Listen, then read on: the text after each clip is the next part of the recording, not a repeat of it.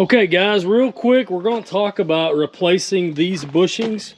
Okay, there's a bushing in the end of the meter here that drives your meter on your 1910 air drill. The sprocket, it basically just has a set screw right in this area of the sprocket. So the set screw is basically setting and locking down the keyway on the sprocket and the shaft. So 5/32 Allen wrench here works pretty good to take those set screws loose. So we're going to go ahead and do that. And as you can see, the slack that we have in that bushing right there, okay, got quite a bit of slack in it.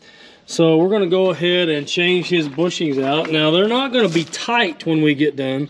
You'll still have a little bit of slack in there, but it's a good idea to check those annually and to see whether or not you need to replace those bushings. Okay, so first thing we have to do is remove this outer sprocket, and then we're going to pull the shaft out, and then I'll show you a quick little trick on replacing that bushing. Okay, we're going to remove our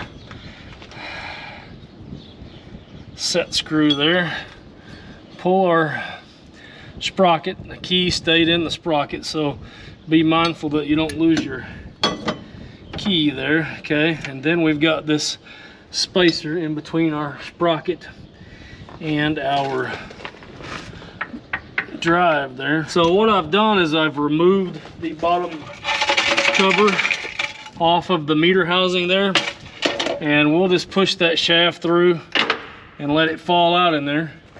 And we've got the meter out, so we'll go to the other side and retrieve that shaft. Okay, went over and retrieved the shaft from the other side. We're probably not going to replace this shaft or this spur, what we call the spur that drives the meter, because it looks like it's in really good shape. So we'll go ahead and set that aside here to reuse that. Okay, then we'll just take a big flathead screwdriver, go in and catch the shoulder of our inner bushing and just knock that out of there.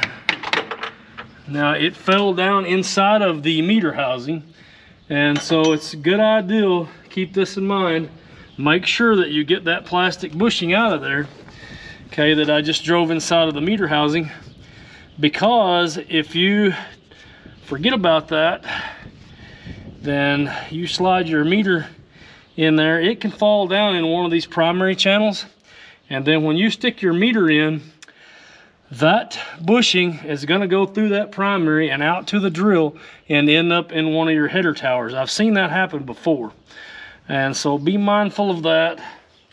Okay, now we're going to switch around to the other side, and I'll show you a quick and easy way to remove the outside bushing, and then we'll drive the inside bushing, the new one, back in at the same time. Okay, so I've got a tool here that I made, just a piece of all thread with a socket that I don't use anymore, and double nutted that, and used a kind of a, I don't know, a longer nut on the driver end. Okay, and so what I'll do is, if you can see up in there, I will stick that in there, and we'll retrieve our bushing there, slide that out of there, get rid of this because we don't want this to get into our primary tube. Now we're going to stick this up in there and go right into our outer bushing. Okay, so I'm just going to use that to tap that bushing out with. Okay,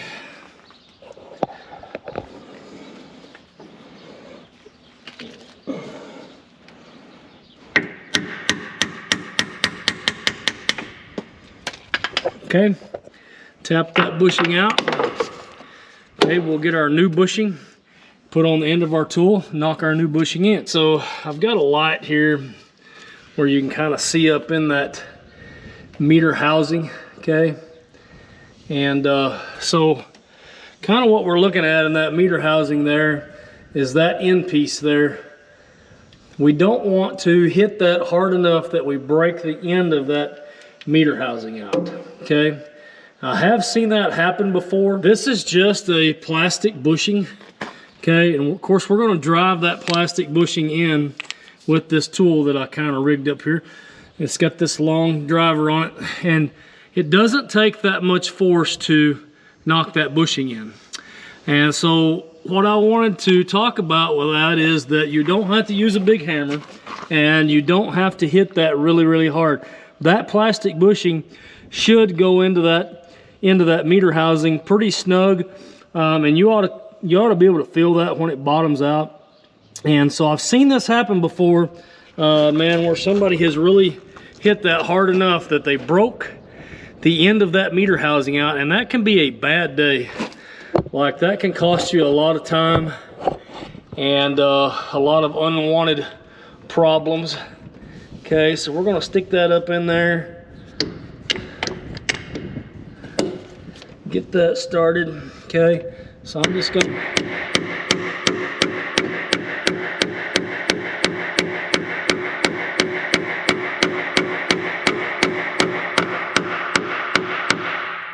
okay, you can kind of hear that when that got solid. Okay, when it gets solid, that would be a pretty good time to stop. Okay, because the bushing is in the end of the meter housing. So we'll go ahead and grab our new bushing for the other side. There is our inner bushing, okay? And we're gonna go ahead and install our outer bushing. There's our new bushing, and we're just gonna kind of tap on that and get it started. And you just gotta kind of be gentle. Tap those in.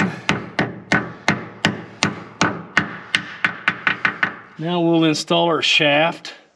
Okay, I'll go around to the other side and reach in there with my long rod. And I usually try to kind of sort of put that up on one of these sharp edges on the spur drive and just put that in from the inside. Okay, and it's a little hard to hold it in place by yourself. So I've got my spur gear just kind of up between the hose and my rod there, and I'll take that and run it into place up there.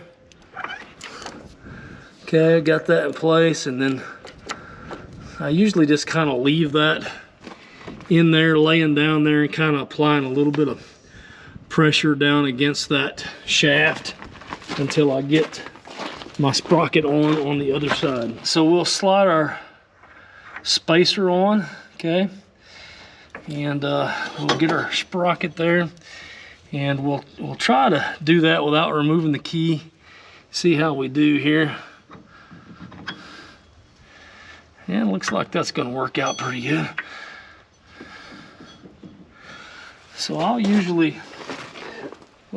do is kind of grab my spacer from behind. There's a couple different ways you can do it, but I'm going to grab my spacer from behind and just kind of pull down on that and just gently tap the sprocket up in place.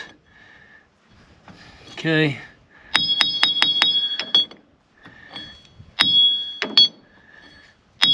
Okay, and what we're looking for there really is if we can get that shaft. It's pretty easy to do that by yourself, but so we can get that shaft just flush right there with the end of that that sprocket, and of course make sure your key's in place, and then we'll go ahead and tighten our set screw up here real quick. Okay, tighten our set screw up there. Get that pretty nice and snug so that we don't take a chance on that coming loose there. Okay. All right. So that's how you install the bushings in the meter. And you can see there's still some slack there. Okay. Well, that's okay. You know, that's not an issue. Okay. What's an issue is when that really becomes worn and the shaft becomes worn, and then you have a lot of slack. Then it starts wanting to try to walk that chain off of your meter drive and cause some binding issues and cause a lot of premature wear, and maybe even the chain jumping off all the time on you. And a lot of the times too, and I'll show you that later on, in this video is how tight to tighten the chains when we get our meter drive and our meter clutch and get our chain on, and then we've got a idler sprocket to tighten our chain up with. And see, that happen a lot too, that guys get those chains really super tight, wear those bushings and those shafts out too fast. And then also we're gonna go ahead and grease. Now, not every drill has a grease zerk here on the meter bushing, but the later model 1910 carts do. And just a reminder on that, only about 3 or 4 shots of grease. Like, if you apply a lot of grease to that and just hammer down with one of those battery powered grease guns, you'll have way too much grease in that, and it'll get enough pressure built up in there that it'll try to force this sprocket off of the shaft and cause you another problem. Okay, so we got new chains put on our drives here, okay, and you can see about how loose I left that.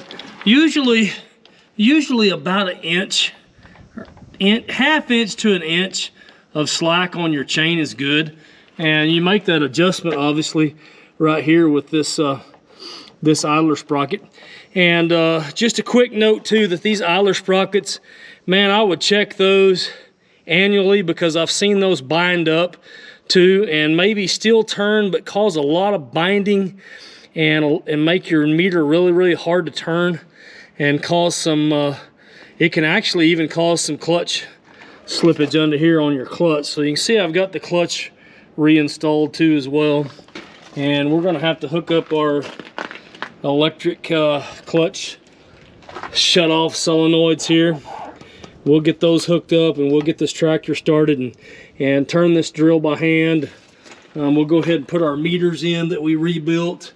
We got our transmissions installed back on the left hand side of the cart, and got all of our connector tubes back in place.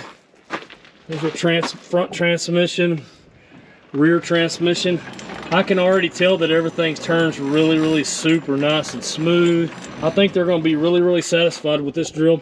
We're going to go ahead and continue on and get these clutch shut off solenoids hooked up so that we can turn the key on and release these clutches and turn this over by hand and see what it sounds like. So stay tuned. Okay guys, check it out real quick. So we're about to finish up here with the 1910 drill. We basically reconditioned the transmissions, we reconditioned the meter clutches, we replaced the bushings in the meter drive, and then we also reconditioned the meter rolls here, okay?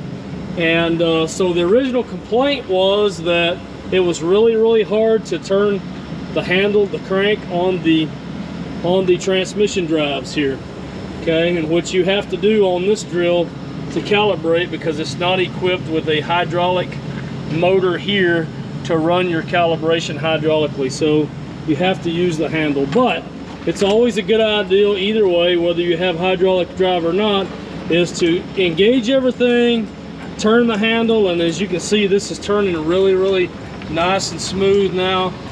We don't have any ratcheting noise. Our clutches are going to be in really good shape because we replaced the seals on it, and man, it's going to do a super good job. It turns really nice and smooth. And so just a quick pre-season rebuild here on this 1910 air drill will make a huge difference in the field. And so if you want to really tune your air seeder cart up really good, take a look at those transmissions, take a look at those clutches, make sure that your seals are good in your clutches, take a look at your bushings on your main drive on your meters, and then also take a good look at your meters. I like to tear these meters down at least annually so that we can find any unknown issues that we can find with it that may cause us a problem down the road. And so it's a good idea to do that rather than to wait until we're in the field and then we've got this thing full of fertilizer and full of wheat, and then we've got problems. So it's a good thing, good idea to check all of that ahead of time. And hope this video helps you out along the way. And hey, you guys have a great planting wheat season. And Larry the Tractor Guy signing out. Hey guys, check out Larry the Tractor Guy videos here, other videos here, subscribe here, and buy all your John Deere parts here. We'll make it work. I think We're gonna have to make it we'll make it work. Come on, let's go. We need to make You need some bloopers. food. Y'all already burned me out. Some bloopers. He's sitting in the sun over here, man.